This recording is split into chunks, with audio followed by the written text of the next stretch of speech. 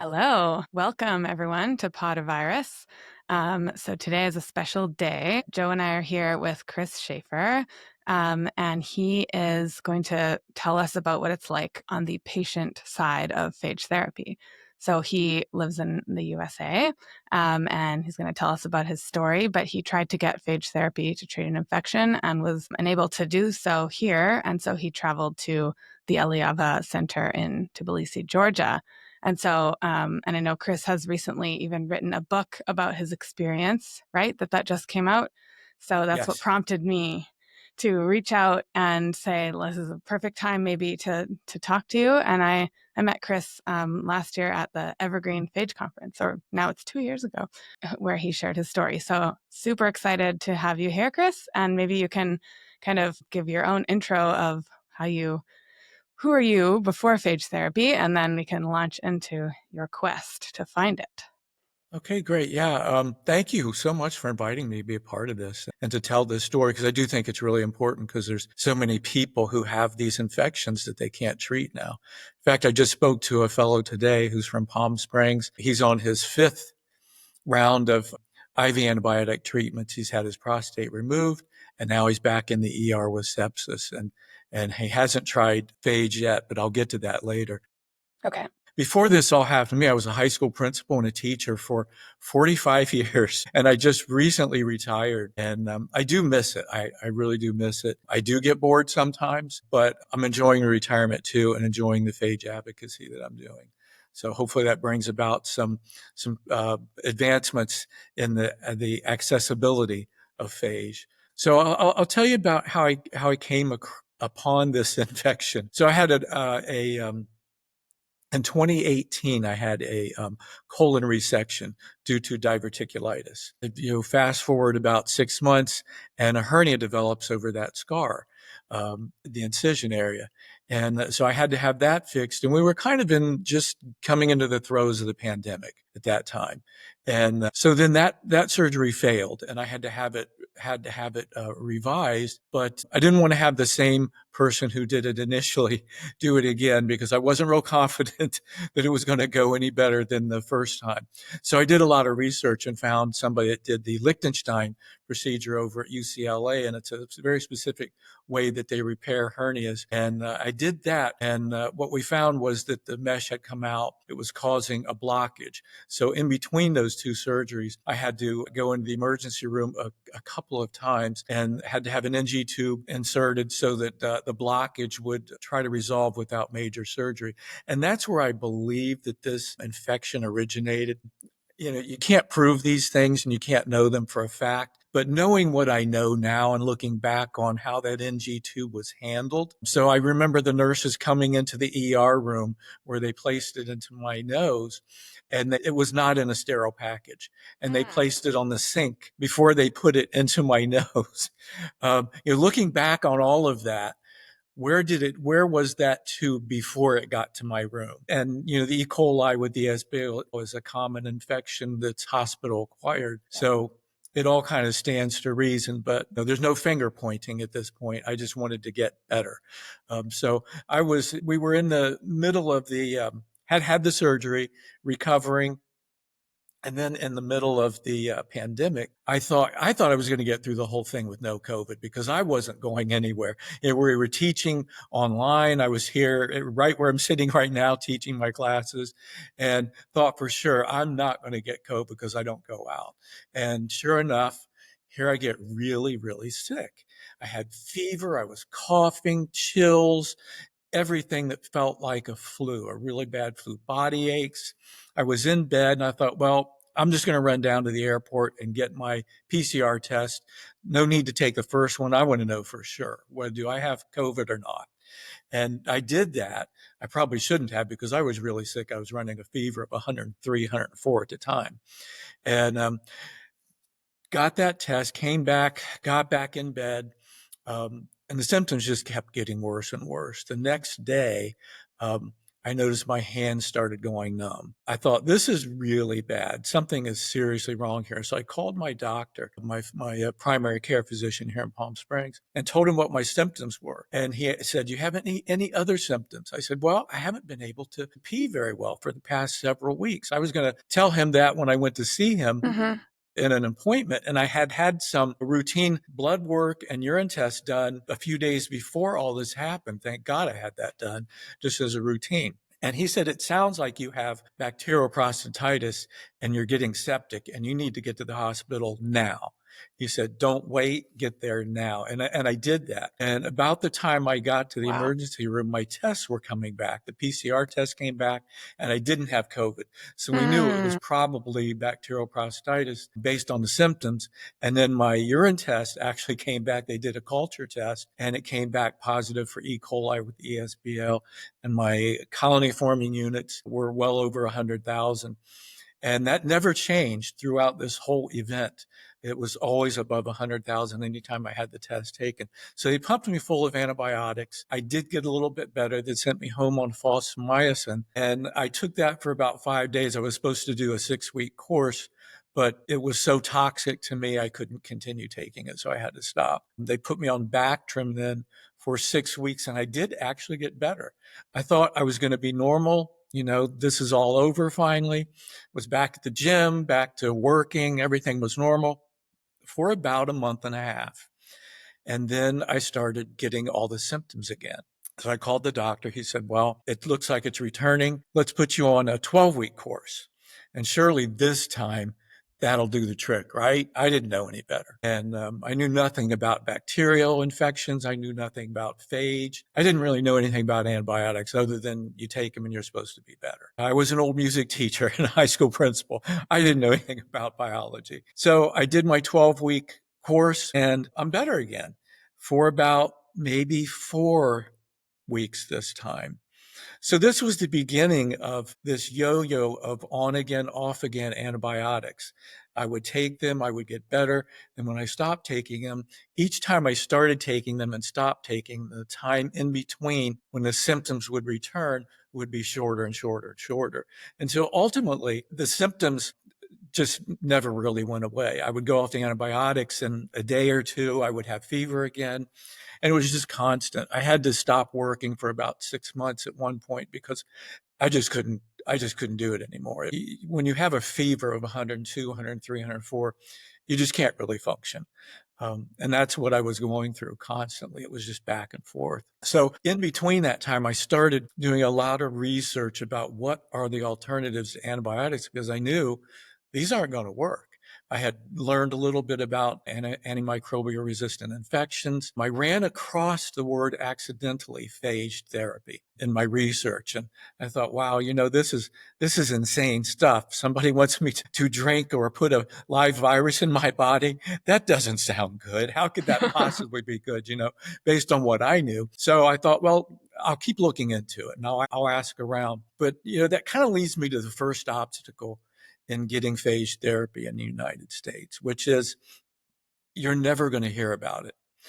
It doesn't matter what doctor you're seeing in the United States, you're not going to hear the word phage therapy. I saw a number of infectious disease specialists and a number of urologists, and you name it. I saw dozens of doctors, and anybody that knew anything about antibiotics, they all said the same thing. And the infectious disease specialist, your only option when the Bactrim fails, not if it fails, but when it fails, is to go into the hospital for 3 weeks and take an IV antibiotic toxic cocktail. And I would ask each one of them, what's that going to do to me? Well, they couldn't tell me. Is it going to cure me? It might not. But you'll need to be in the hospital because it's a pretty dangerous procedure and you might not survive it. And I said, that's not going to happen because I'm not going to do it. I'm not going to take that antibiotic infusion because I know where it's going to lead. I had done an antibiotic infusion when I was 28 years old. I had a terrible bicycle accident. And I've had lifelong side effects from all those antibiotics to keep the peritonitis from developing. So I knew where that would lead. And I was learning more and more about phage. But again, there wasn't a single person in the U.S. that spoke to me about phage at the time, because I didn't know any of the phage, the scientists or the people who were involved in it, which is, and I know, we all know, it's a very small circle right now of people.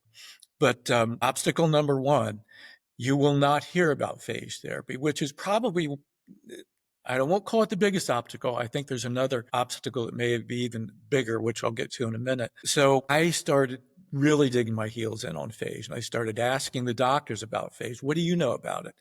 Every response was either I've never heard of it or it's experimental, don't try it. So most people who hear that are going to stop right there because we trust our doctors. And I'm not bashing doctors at all, because they don't know about phage either. They've never heard of it. It's not taught in our medical schools. In fact, at one of my appointments, much later on, after I was taking the phage therapy, I spoke to an intern who came from a very prestigious medical training institute in the United States. He was shadowing one of my doctors, one of my infectious disease specialists, and that was his area. And I asked him what he knew about phage. He just came out of school. He had never heard the word. At least he didn't remember it. So there certainly wasn't much coursework on it. And I told him all about phage, and I said, you're going to be using it in the near future. I don't know how soon, but you're going to be using it. And I think he was just looking at me with crossed eyes and saying, who does this guy think he is? And I think he was just like, I'm so happy to get out of that room and have this guy stop talking about phage therapy. Fast forward a few months and I go back to the same doctor. And that intern was there. He looked at me, he comes in the room, he goes, you won't believe what happened. You won't believe what happened. He said, yeah, I did have my first phage case. And he said over it, and I think it was at UC San Diego, he had a case and he told me about it. And I was like, well, you're going to be doing a lot of this stuff in the future. And I suggest you take a 6-month sabbatical, go over to Eliava and Tbilisi and study with them and learn about what you're going to be doing in the future, because it's here and it's going to happen. It's just not happening fast enough. So that was kind of my initial journey into it. Again, it was just on again, off again, antibiotics. And once I came to understand that phage is a real science, that it's a real treatment. And I'll tell you how I came upon that is I researched everything I could possibly find in the literature. I read every case study. I think I read every book I could try to understand. And I have a decent education. I have a degree in political science and policy and leadership from the Ohio State University. So I can understand the science behind what's going on. So I can read it. But the other obstacle, which might be even greater than awareness, is trust. Trust in phage therapy. Is it a real science? Is it a real treatment? Is it going to make me sicker? What's it going to do to me? And are these people at Eliava Phage Therapy Treatment Center, are they real? Or is this just a scam another American's going to fall into? And I'm going to spend a lot of money and get nothing out of it. And I met a man through one of the case studies that I was reading. And I wouldn't read just the case study. I would look at every co-author that was listed on the case study, and I would research them as well. And I came across the name Pranav Johari, and you may know that name. Yeah. I see you shaking your head. Yes. Pranav, And I saw this name on this case study. I'm like, so I looked, I researched him. I said, this case study is about Pranav. This is his case study. This is, I figured that out. So I said, I've got to talk to this guy because he went to Eliava. At the time, it was about 5 years before I did. So we had established communication, and he told me his story. And when you hear somebody who's been through it, like I have now, or like Pranav has, they're telling the truth. You can just hear it in every word that they say. You hear all of the commonalities in what you've been through. And I was able to say, finally, this is real. I can trust it. I can trust the science behind it because I know someone who's been through this. And Pranav was cured using phage therapy from Eliava Phage Therapy Center. And that's when I made the decision. It wasn't until I met Pranav and talked to him that I was able to pull the trigger on this. And, like I say, I'm a pretty well-educated guy. I can understand the science, but even knowing what I knew, meeting the people I had met, it wasn't until I met somebody who had been through it that I was able to pull the trigger on that treatment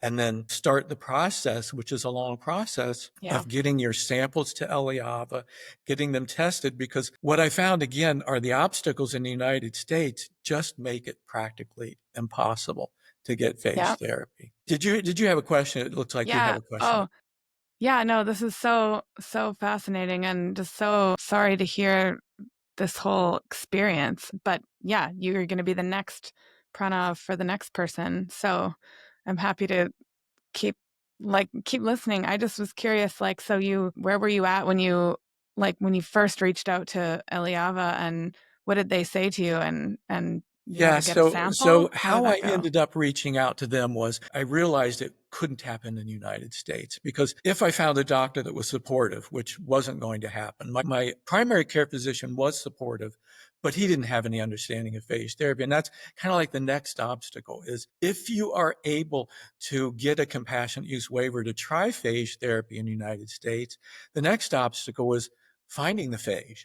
I didn't know anybody. Who am I going to turn to find a phage that's going to work for my infection? That's another obstacle. Hmm.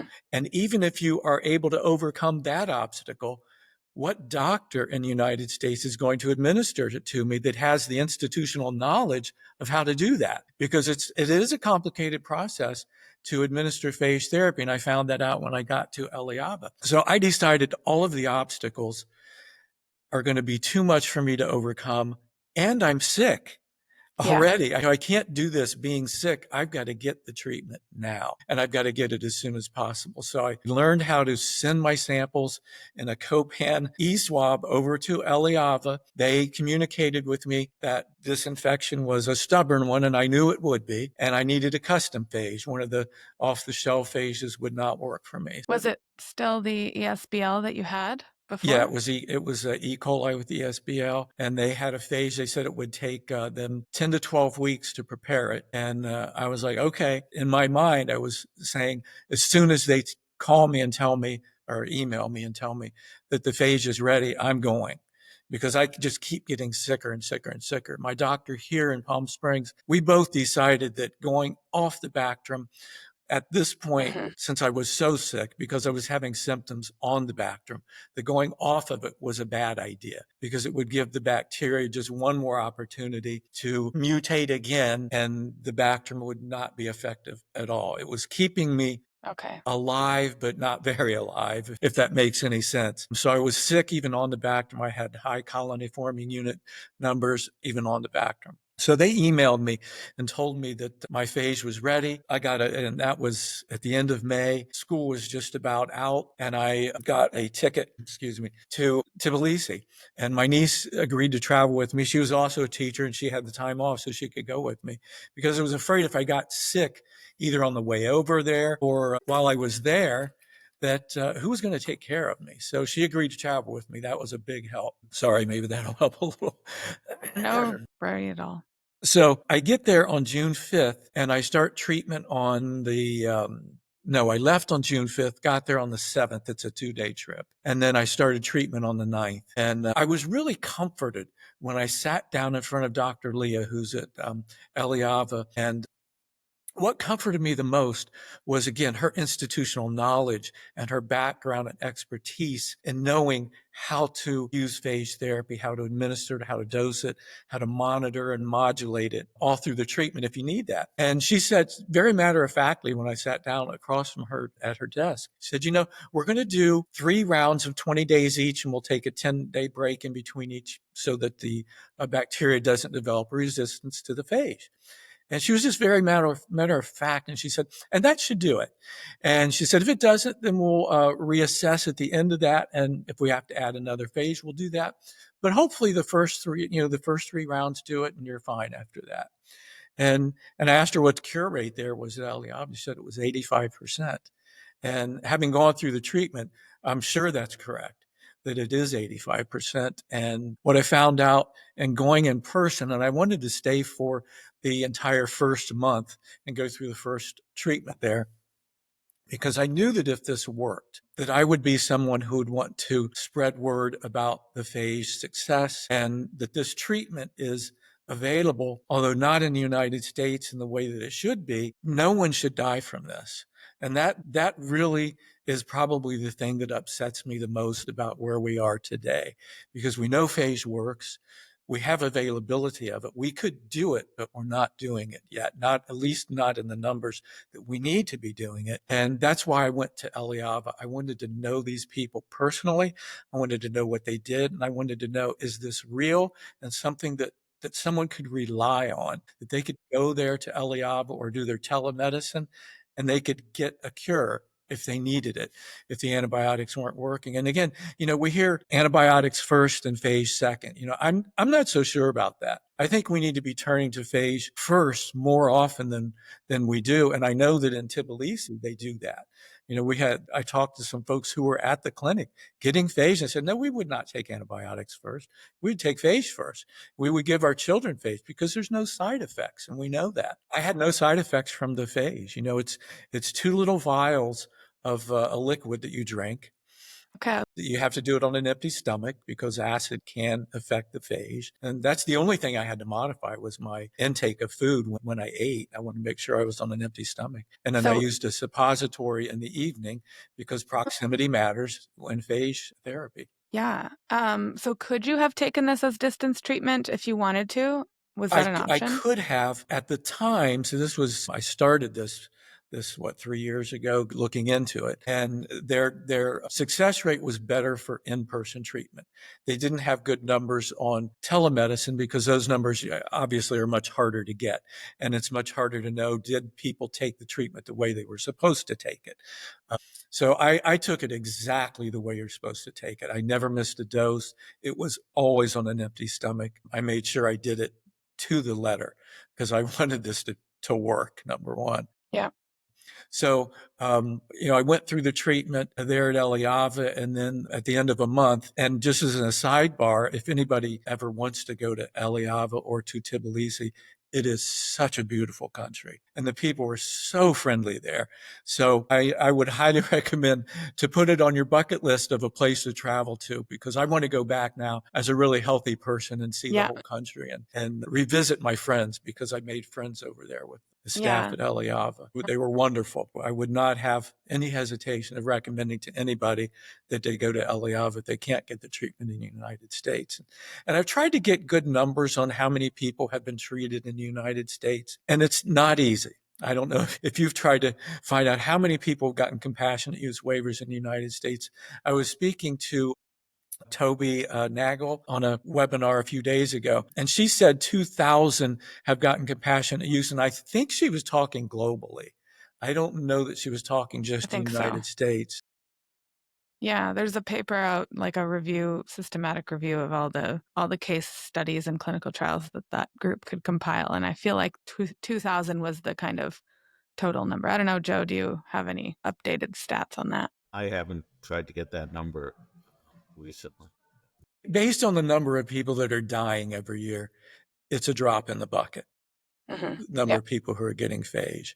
And I was able to come up with a few hundred in the United States. I couldn't really get much past that. I think Mayo's done about 100. Ben Chan over at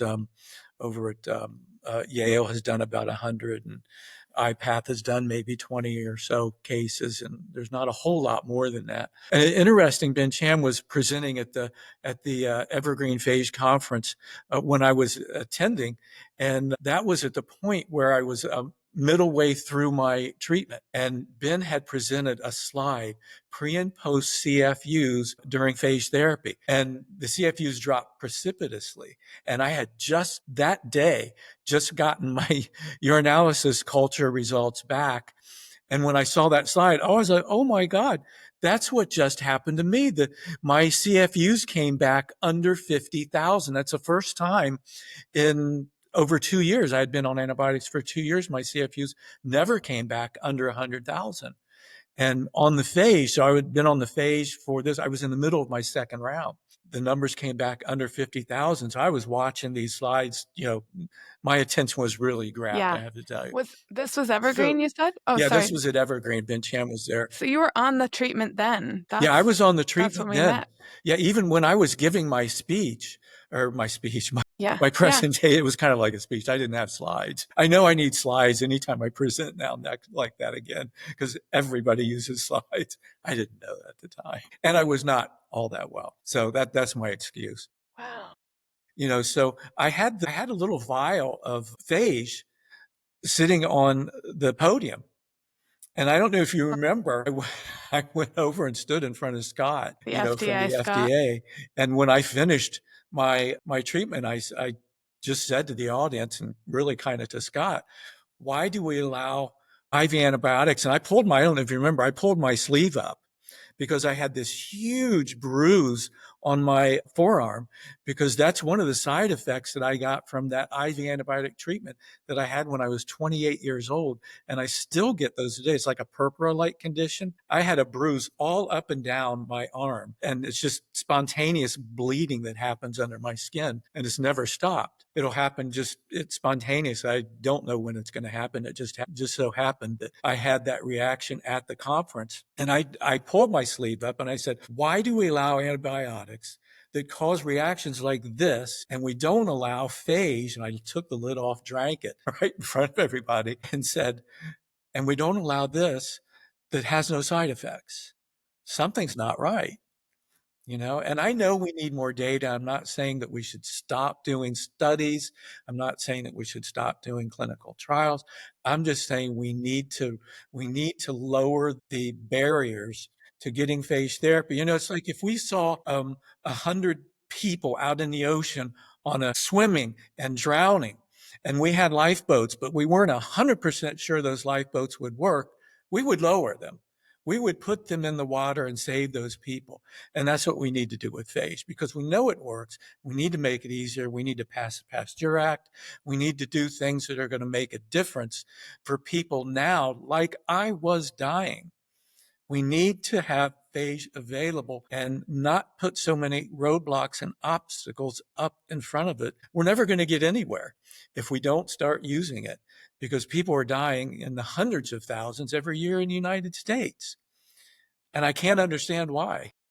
Yeah. Do you Go ahead, Joe. know, sort of speaking of why these things happen, I guess I don't know the answer to this. Did you pay the Eliava for your treatment? Yes. Do they get funding from their government? How does that work? I don't believe they get any funding from their government. If they do, it's probably minimal. It's a lower income country, but they have great treatment there. So yes, I paid for the treatment. So, and I'm glad you brought that up because a lot of people probably want to know how much does it cost. At the time I got it, the cost may have risen a little bit, but for the phage therapy, I saw doctors every day, physiotherapy, all of the lab work, all of the ultrasounds or any pictures that needed to be taken, $4,600. I thought that was a really reasonable cost. That was for And that all was the the total cost, total cost for everything. including then you paid for your flight Right. Right. I and paid for the flight. and you had to stay in a hotel, And I had to or stay in a hotel, and they have an arrangement with a very nice hotel for $50 a night. So the entire thing cost me $10,000. $10,000 covers one IV antibiotic 3-week treatment if insurance will pay for it. That's just the antibiotics, not the hospital stay. $10,000 just for the antibiotics for that one. And I had no intention of doing that because they couldn't tell me what it would do to me. And I knew phage had no side effects. It's really yeah. kind of a no-brainer. There's no downside to phage, which always brings me back to the question, why aren't we using it for those people who are dying right now, dying today? And again, I was telling you earlier about the fellow that I spoke to just before this podcast.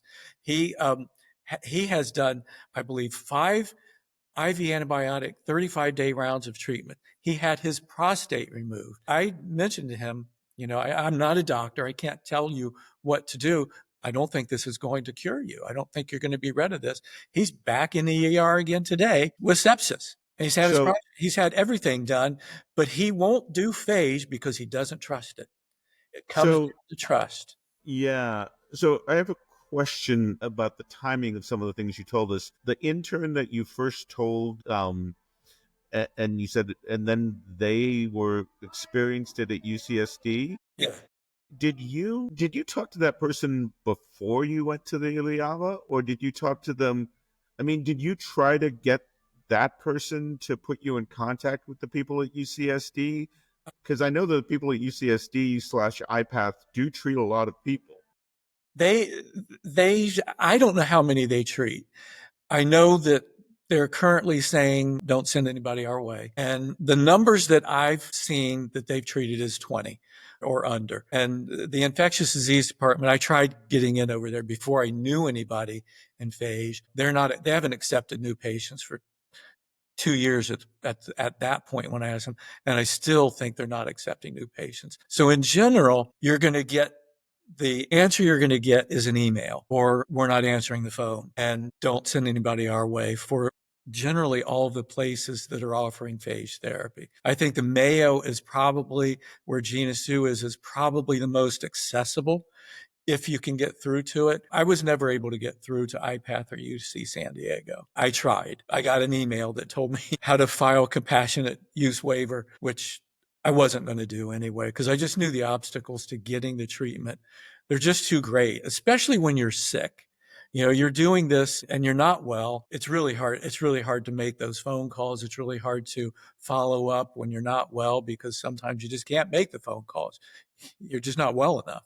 And I knew I had to get to Eliava. And that was really what I believed, right or wrong, was my only real hope of accessing phage therapy. Yeah, I mean, it's something that I think we all worry about a little bit. I mean, I will say that I know some of the people at the NIH Clinical Center, and they had a patient, and like a month or so ago, they reached out to me because I know a lot of people, and they were asking me for advice as to who they should contact for getting phage sent to the NIH Clinical Center so that they could give it to their patient. And I need to follow up, but I did put them in contact with some of the folks at Pittsburgh, Yeah. and there's a Yeah. big phage group there. And Right.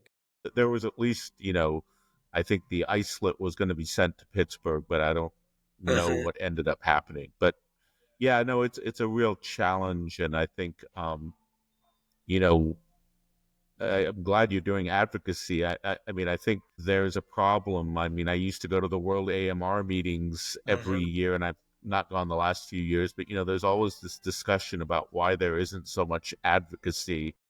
Yeah. And it's, many antibiotics still do work quite well Right.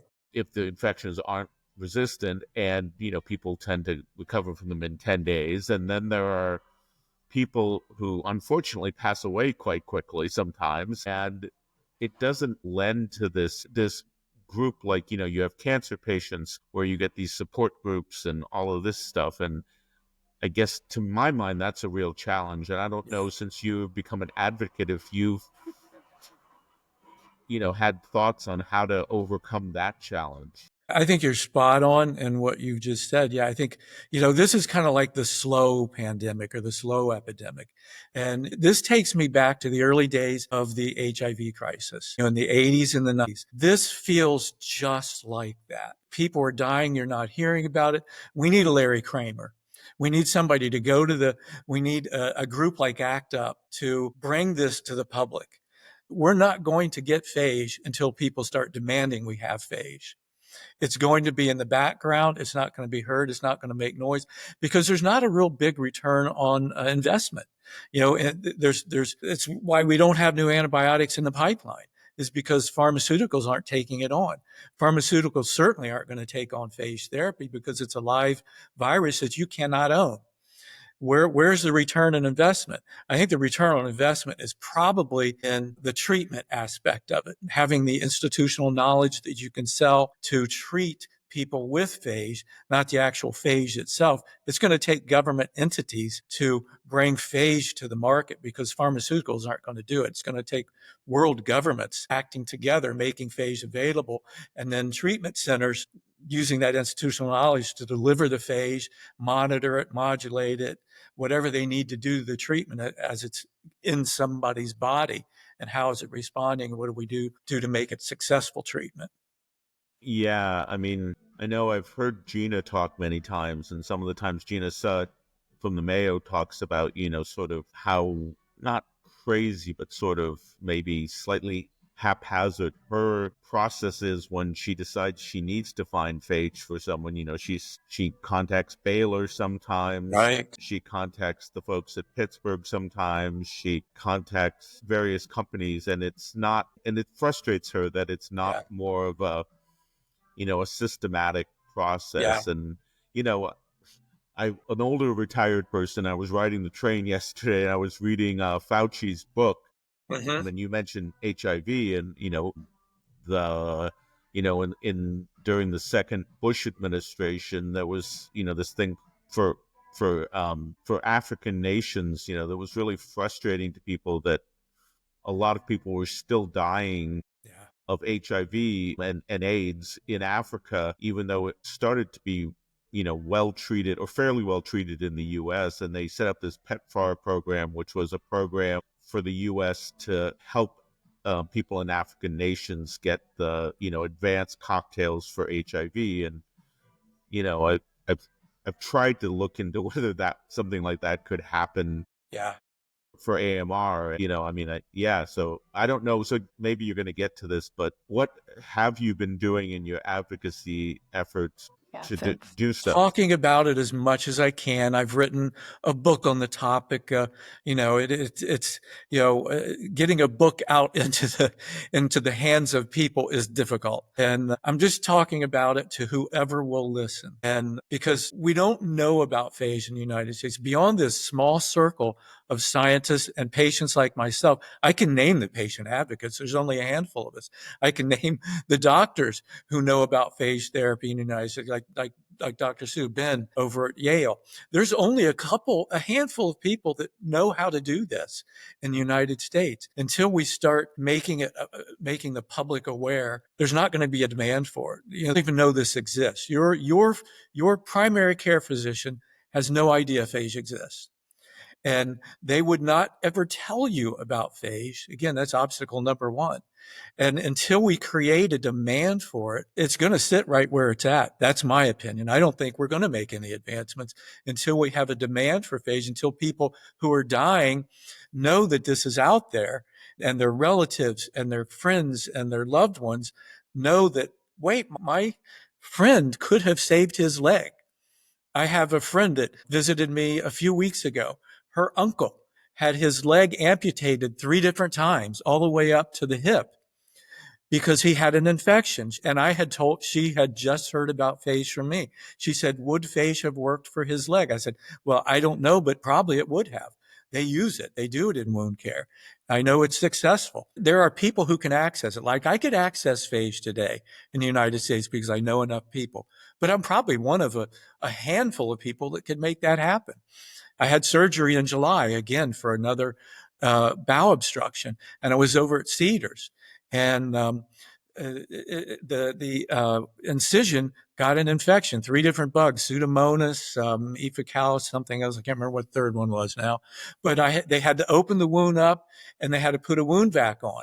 I was on my phone texting Rhea Kalin about where can I get phage for this, because if this thing could kill me in a heartbeat, and she was trying to source a phage for me. The wound vac actually worked, and I didn't need any phage or any antibiotics, so it worked. But I had access that nobody else has, or very few people have. And why is that the case? Why is it that I could get that treatment, but nobody else could in that hospital who had similar infections? And I spent 6 days in a triage area. Everyone in that triage area had an infection they were dealing with. Literally every person I heard was talking about an infection. So I know that we've got this huge crisis coming at us, and we're not using phage to the full extent that we could be. We could ramp up the production of phage. We could ramp up our capacity, but we're not doing it, and we're allowing people to die, and that should not happen. We need to make phage available to people like me, the regular person who's dying. I shouldn't have to go through all these obstacles to access phage therapy. I shouldn't have to hop on a plane and fly halfway around the world to find a cure that worked in 4 months. I was cured in 4 months. Antibiotics failed me for 2 years. And I'll tell you, the day I found the cure, it was the third round of those 20-day treatments. And I woke up in the morning on the third round, the 12th day, and I walked into the bathroom to do my morning routine like every day. I had my toothbrush ready to put it in my mouth. I was looking at my weathered face, and I said to myself, it's gone. It's literally gone. I could tell. I didn't need a test. I didn't need any kind of blood analysis. I knew it was gone. I could, believe it or not, I could feel my prostate healing. And I just looked in the mirror and looked at my face. It's gone. I sat down on the edge of the tub and I started to cry. I literally did, because I knew it was gone. And sure enough, I finished that last round of phage. 2 weeks later, I had a test, no sign whatsoever of E. coli, and it has remained that way ever since. It has not. That's been 18, 19, almost 20 months ago. And it happened just like that. So the phage works, no side effects. Why can't other people access it? And that's what I'm here to do. The rest of my life will be spent advocating for phage therapy. I sit in a very unique place. I'm 67 years old. I'm retired. I have a pension. I don't need any money. I don't have to look for a job. I'm not doing this because I think I'm going to get some kind of job out of it or some kind. I can say exactly what I want to say. And not everybody has that freedom. And I know that when we're working with the FDA, when we're working with NIH or any of those places, when we're talking to them, whatever we want to say, sometimes we have to watch what we say because we don't want to create enemies, right? Nobody wants to do that. Well, that won't further the cause of phage therapy. I sit in a very unique place. I had phage therapy. It worked, and I'm not looking for any kind of advancement. I can't wait until the day where they say, Shaffer, nobody needs you anymore because phage is out there. Everybody knows about it and everybody's using it. You don't ever have to say another word about it. And that will be the successful day. That will be my measure of success when nobody asks me to say anything about it anymore, because we desperately need to do something different than we're doing now, because, you've seen the most recent statistics. The Lancet said almost 40 million people, and I think this is the third time they've revised that figure. Almost 40 million people by 2050 will die directly of antibiotic resistant bacteria or resistant microbes. The number that most people aren't looking at is the one that was below that. 69 million related deaths. That 39 million number, almost 40 million, those are direct deaths. Below that, there was a number, 169 million, that I don't hear anybody talking about. So that's almost 200 million by 2050 that are going to die of some form of AMR infections. We've got to do more. When you speak about this, who are the kinds of organizations or groups that are inviting you? Who cares so far? It's been mostly the podcasters like yourself. I've done some talks with the phage hunters in Kenya. I'm not sure if you're familiar with them. Done a lot of work with them, helped them a lot along with their panel discussions. So those are mostly. So it's definitely not enough. When I was when I was at Cedars, I was the patient that wouldn't stop talking about phage, and they heard me. They literally heard me. And Diane Shader has also been working with Cedars. And when I left there, I had made a friendship with one of the physicians that was on my surgical team. And I said, you have to get involved in phage therapy. You absolutely have to. A young guy. And he contacted Diane and they've made a connection. And I believe that they have now agreed to do some kind of phage trials at Cedars for the first time. And I know that Diane was really working that angle. And I think it's now happened. So that's amazing. I'm going to work on UCLA. I've got a doctor that I'm speaking to over there that he has some interest, and see if we can get UCLA on board with some kind of phage trial of some kind. It's going to save huge amounts of money for insurance companies and hospitals, but apparently they don't see it yet. Well, I mean, I'm somewhat playing devil's advocate and somewhat just, I will say you mentioned Scott, who I assume is Scott Stibbets from the FDA. Preface was saying Scott is someone I consider a friend. Good. And, I think Scott has taken and his group has taken a pretty reasonable approach. And when I talked, when you talk to Gina or you talk to other people I know who do compassionate use, it's not usually the FDA that's holding things up. And in terms of, what are the obstacles? I mean, I think it's pretty expensive for people right now to, do a prep, get it into people. All of those things are very costly.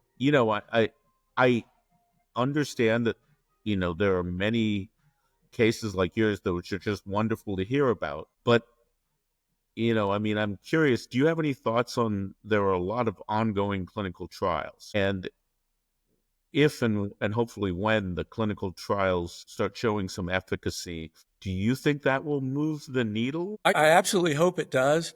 But, from my position as a person who was dying, we're not doing enough. It's not fair to tell someone who's dying, well, you're just going to have to wait. You tread water a little longer, and maybe we can get that last little hole in the lifeboat plugged up and we'll drop it. But we're not going to drop it until we're 100% sure that that lifeboat is going to float. Otherwise, you're just going to have to tread water. And Yeah. well, you might drown, but at least you didn't drown in the lifeboat, right?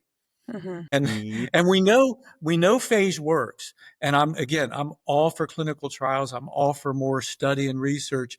But we have 100 years of research and data on phage therapy in use in Tbilisi, and the cost isn't that high in Tbilisi. And we tend to in the United States, we tend to make things expensive. They don't need to be expensive. And I'll give you a perfect example. When I go get my blood taken for testing here in Palm Springs, it's got to cost several $100s, if not more than $500. I don't know what the cost is because I don't see it, but I know it's very expensive because they put a little tube, like a little IV in my arm, and then it's got a long tube, and then it's got a butterfly on the end of it. And then how many tubes that they put on the end of that and take blood? There's like a dozen tubes that they collect blood in. When I was at Eliava, I I got my blood taken, and I went into the nurse's office and I was standing. She said, "Hold out your arm."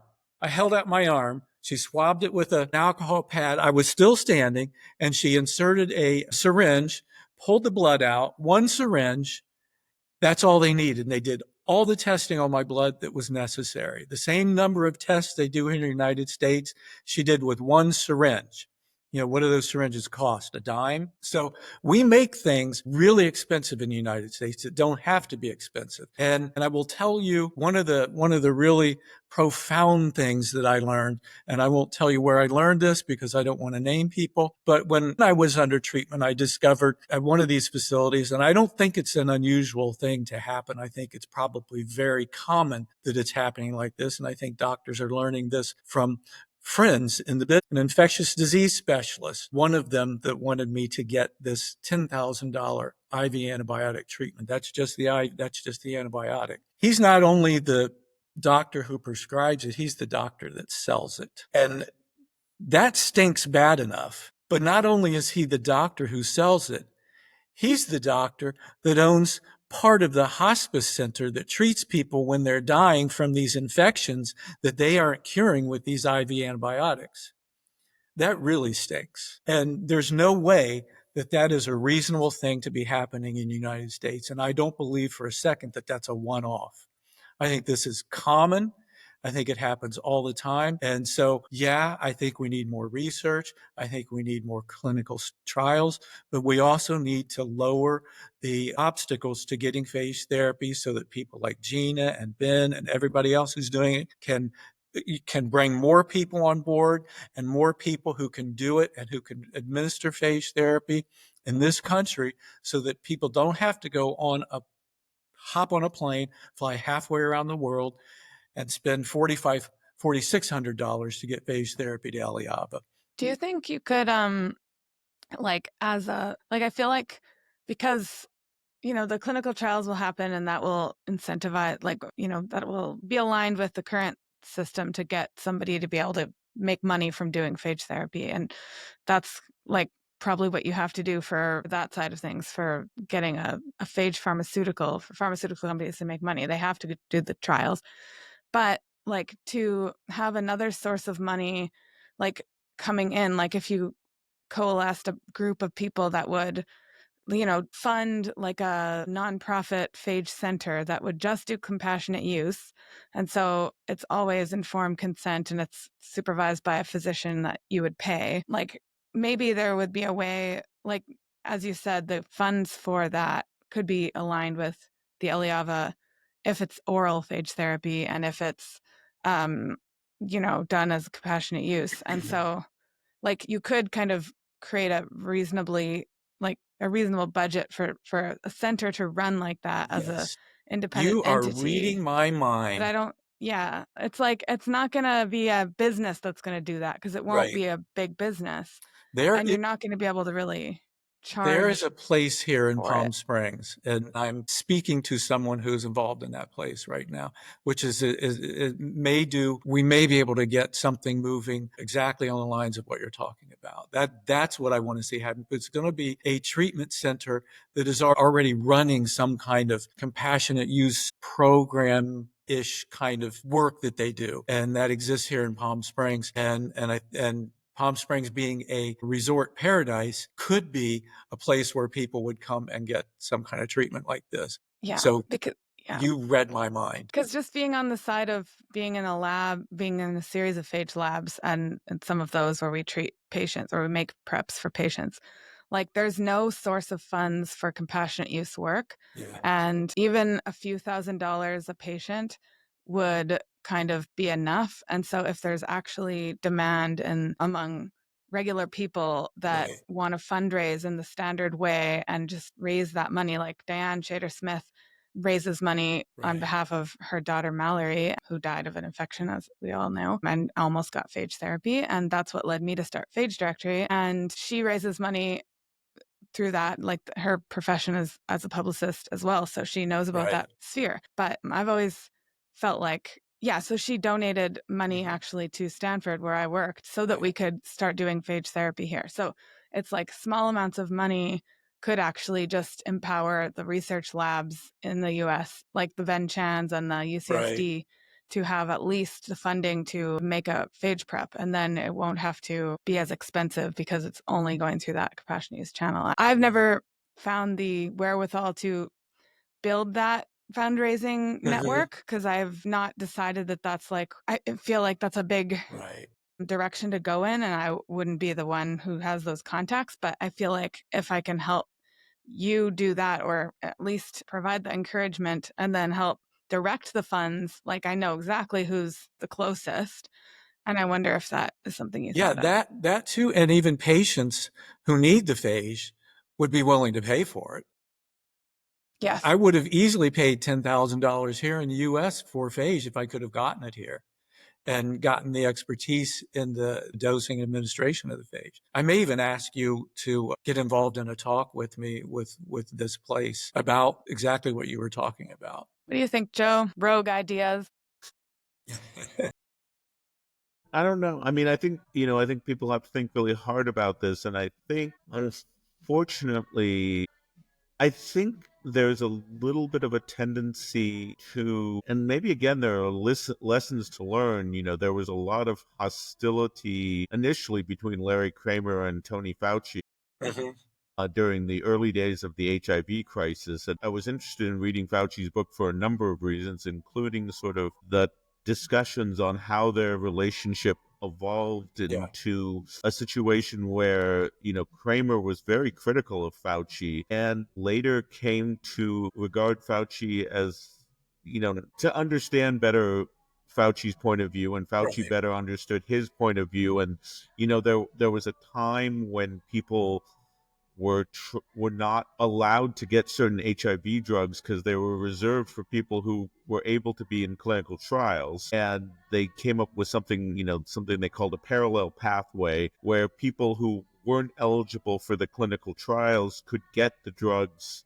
under compassionate situations, Right. and the people who could be in the trials were in the trials. And that kind of came from understanding of, think, Kramer and other of the ACT UP people better understanding why Fauci and those other people wanted to have what they were putting those rules in, and Fauci being willing to understand their point of view and trying to get to something where, because I would encourage both sides to sort of realize that, the people in the FDA, they really want phage therapy to work, and they want it to be tested rigorously so that it can be used in the most effective way. And I think there's a tendency sometimes when I read certain things to review the FDA as just like strictly being an obstacle and strictly being sort of, I don't know, not exactly, an adversary.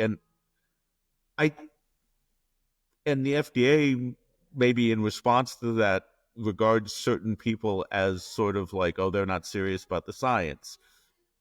And I think neither one of those things is completely true. And I think that, and maybe some of the lessons of the more extreme positions that Larry Kramer was taking about Fauci, well, he's now sadly passed away, Larry Kramer, but I think by the end of his life, he would say that those things that he thought about Fauci at the time were not really accurate, that, that there was more there was more to Fauci than just like he was putting these rules in, but when Kramer understood them and they worked together to understand how they could craft something that would sort of, be not a compromise exactly, but something that would incorporate the concerns of both of them. Yeah. No, I think you're absolutely right. A way that, I often get uncomfortable with. I mean, I thought the John Ireland book, The Good Virus, was good in a Tom lot Ireland. of ways, but I think it also could lead people to sort of reading it to get sort of a view of the FDA as just a pain in the ass that's getting in the way of all this. And I mean, maybe because I'm friends with people in the FDA, but I don't think that's a really reasonable take. No, I don't think the FDA is the enemy. I think they're doing great work. I think they're doing great things, but I also think, like you just said, there is another middle ground that we need to get to, and we need to get to it quickly, because again, once you've been in a situation where somebody's telling you you're going to die, you're going to have to take these antibiotics or you're going to die. Well, if I take those antibiotics, I'm probably going to still die. Just like the guy I'm talking to right now, back in the hospital with sepsis. I don't know whether he's going to make it past today. And he's afraid to try phage because the FDA has not approved it. And he thinks it's not a real science. He thinks it's not a real treatment that would offer him any hope because it hasn't been approved by the FDA. It's not given its seal of approval, but we know that it works. And he knows it's worked on me. He knows my story. One thing, and I don't know if the FDA has published this, but one thing that's striking is that, for most new experimental antimicrobials, you're required to do expose healthy, uninfected volunteers to that because of safety concerns. That isn't generally required for phages. You might tell him that. I mean, I think, and I believe there's probably records of Scott saying this in public settings, that the FDA views phages as safe. And from the times I've been involved peripherally or sometimes a little bit more directly in clinical trials, the FDA overwhelmingly believes that phages are safe. Mm-hmm. And in fact, from what I've talked to Gina and other people who've been involved in compassionate use cases, I mean, the FDA basically, there are certain, obviously, like if the phages carry a toxin gene, they're not going to let you give a phage that carries a toxin gene, something that screams, I might be bad for you. But other than that, the FDA's sort of baseline assumption is that a phage is going to be safe.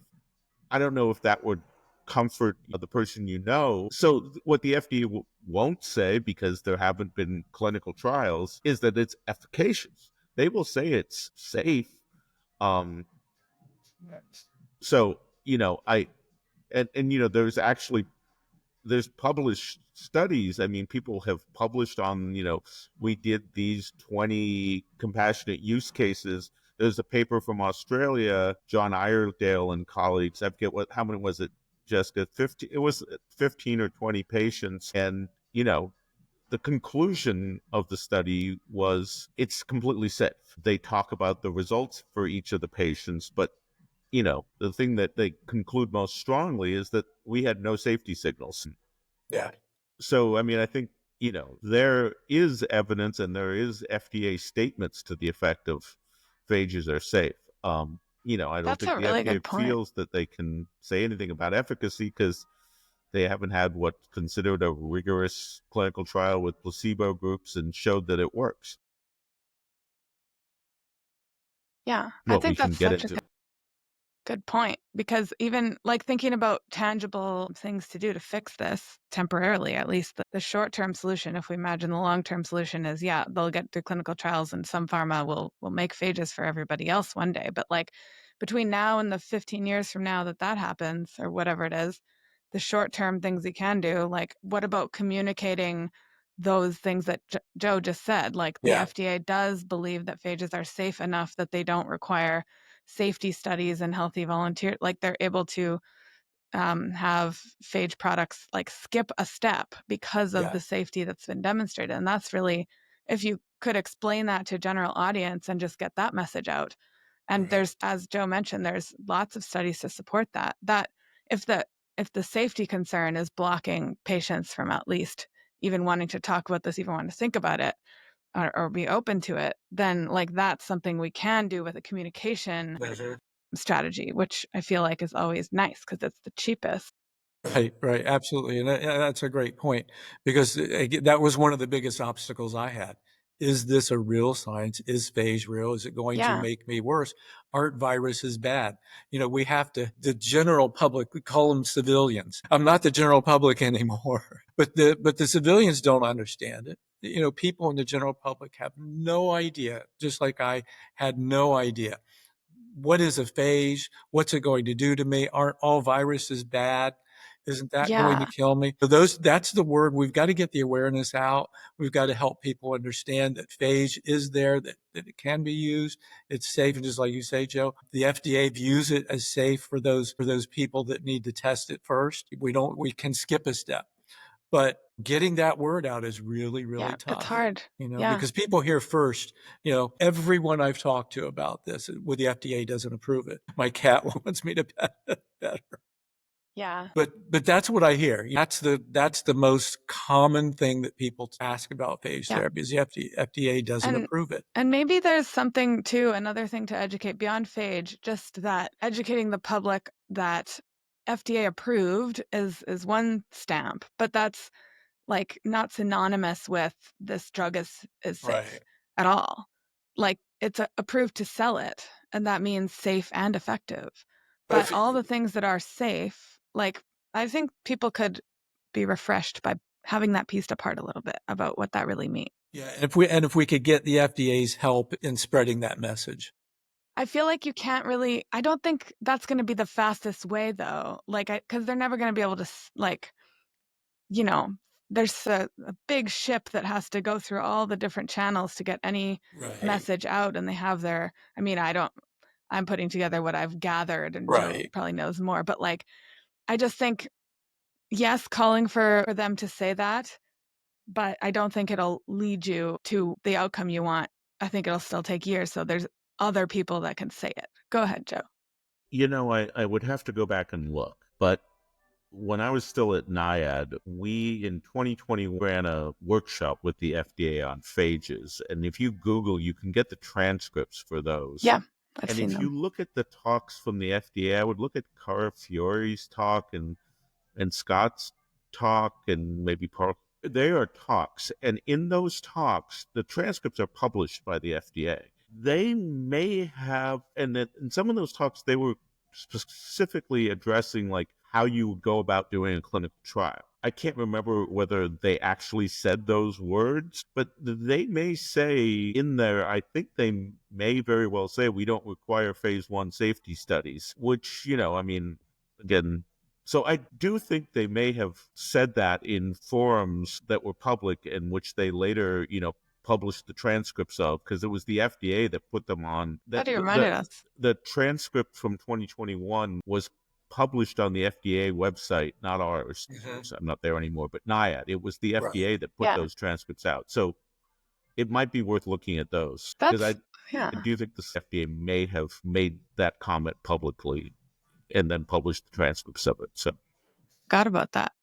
That really does lend to maybe they are more willing to speak out. I've just had trouble, even though I talk to Scott at conferences and things, anytime I've tried to go through official channels to get even an email conversation or even a podcast like this, like there's just so much layers of bureaucracy, not their Right. fault, but that's the way it is. And this isn't ever going to be a top priority, I think. So I'm kind of in search of faster channels for you Right. than waiting on that. But now that, yeah, this transcript, I remember reading it because it's very raw and there's many jokes in there. It's funny to read. It's like reads like a screenplay. My jokes are the Yeah, Joe was there. So sorry, maybe Chris. surfacing that. That's all right.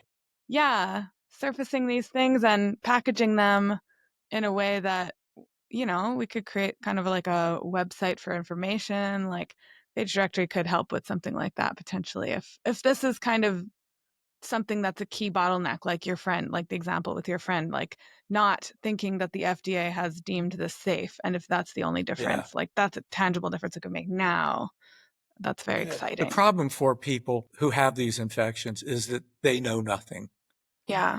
Those of us in this podcast right now, we kind of know what to do now. If we had an antimicrobial resistant infection, each of us would kind of have a pathway to get some kind of Yeah, help. And exactly. even if we wanted phage, we could probably each of us get it. But beyond that, there's literally no understanding among the general public and even among the general practicing physicians out there. They have no understanding of it. All they know is, think about the new medications for weight loss. Doctors have something that they can use now for weight loss instead of telling a patient, well, eat better, exercise. That's all they could tell a patient before was eat better, exercise, and you need to lose weight. Knowing all the time that they were giving that advice, 95% of the people were going to fail at that, right? Think about phage. Now we have something that is in addition to antibiotics that works synergistically with antibiotics, but they can't access it. Physicians can't say, well, I'm going to prescribe a phage for you because they don't know about it. There's such a lack of knowledge and information out there. And that's one of the things that I hope to help with. Let's get to the universities so that they're teaching at least the subject of phage so that physicians that are coming out, like that infectious disease specialist who's going to be a specialist in a few years, had never heard of phage before, and he just came out of the university. That has to change. We've got programs like C-phages. Love that program. There's other people doing work, but it's just, we need more. We need a lot more. Yeah. We need a huge loud voice or many loud voices out there. And what you're doing right now is helping. This is making a difference. We just need a lot of it. Yeah. And toward the general public, I think I I think that's the next frontier. And like what Stephanie Strathdy did really changed the tide. And there needs to be Absolutely. more of Until the that, general even public though, starts yeah, demanding it, I don't think it's yeah, going to happen. And I don't think it's going to happen at the university where they teach it. Physicians need to demand it, and the general public needs to demand it, need to say, again, kind of like the Larry Kramer position, we need to shout from the highest mountain, shout in front of the Capitol, and people will start hearing the message. And with HIV, it's not that I'm not super familiar with the stories, but it's not that they were asking to get this and skip all the clinical trials and not do them ever. And they didn't change access by completely dismantling how medicines are approved. Like there was Right. some way that they got in this case, for this disease, there is this drug that is Yeah. available. I think that sometimes the phage scientists, the field of phage researchers, get uncomfortable and nervous hearing about anyone saying we need to tell phage from the rooftops because they don't want to be seen as someone who's like not a scientist, doesn't Right. believe in doing trials and testing what we do, because there's so many things that are pseudoscience that Right. if we shout everything from the rooftops that any one person ever felt was good, of course we would just have too much noise. And so like Right. there's a lot of pent up knowledge in the research field that isn't being spoken about to the general public because Mhm. they are uncomfortable, I think, with being put in that position, like then you're kind of outcast as a scientist, if you're starting to Right. say, we're going to not do clinical trials, the FDA is wrong. And so there has to be this line. Yeah. And I know that's not what you're saying at all. And that's why I wanted to like have this discussion is like there And is yeah, I think you information. hit on a really good hot topic, a hot point is that, and what I said earlier, I'm not bound by any of those rules. I'm not a scientist. I'm not working on phage preparations. I'm not isolating phages. I'm talking about them. And I can say what I want. And like you said, there are a lot of scientists, they have restrictions. There's kind of self-imposed because you don't want to isolate yourself from the scientific community or from the investment community or any of the communities that are going to make phage work. And I don't want to do that either. But on the other flip side of that, people are dying, and there are people who are dying. What about the guy right now who has the exact same infection that I had, and he's dying? He's in a hospital right now. He's dying. Why is that happening? If I were that person's loved one, I'd be like, why? We have this medication that works. Why does he have to die? And that really is the point we're talking about here, because the only reason we're going to use phage, the only reason we're studying phage is to save lives. We're not doing it for any other reason than to save lives. And there are all these other things that we have to overcome, these hurdles. And, thank God we're having this conversation because it helps us sort out what do we have to do to make this happen, to save that guy's life so that his wife isn't alone. How do we do that? Yeah, thank you so much, Chris. This is extremely important food for thought. And thanks for sharing everything. I'm Well, so I glad that certainly you appreciate the opportunity to do had that. such a And good I'm going to outcome. call on you at some point when I Yep. am working with this organization that I'm going to try to convince, and my cat, one of the cats, and I may call on you to just kind of back up what I'm saying about phage. Because you're the science person. You know the science on this. Yep. And I really do think there's this has been the challenge the whole time with everything I've been doing is trying to get to still be a scientist, but also help with access without not being a scientist anymore. Cause I do see the reason for the system we have and it's important and it saves lives. And if you talk to FDA people, which I do at conferences, they really believe that if they don't, and there's precedent, there's all these stories of thalidomide and how the FDA was able to intervene. And so they also believe they're saving lives. So I just think the nuances of pulling all that apart and just providing information in a way that actually how do we wiggle all through that and get somebody phage that needs it? Yeah. So that's what I try to do. Yeah. Any closing remarks on your end, Jeff? No. I, as usual, have talked more than I probably should. I feel like I needed to carve more time for you. We're still figuring out how best this goes. But yeah, no, this is super fun. I think I'll probably have to close us out. Okay. Well, thank you again. I appreciate it. Both of you. Yeah. All right. See you around. We'll dig up those Enjoy the FDA rest of your day. transcripts. Okay. Yeah, you too. Bye-bye. Later, Bye-bye. Joe. Bye, Chris. Bye-bye, Jessica.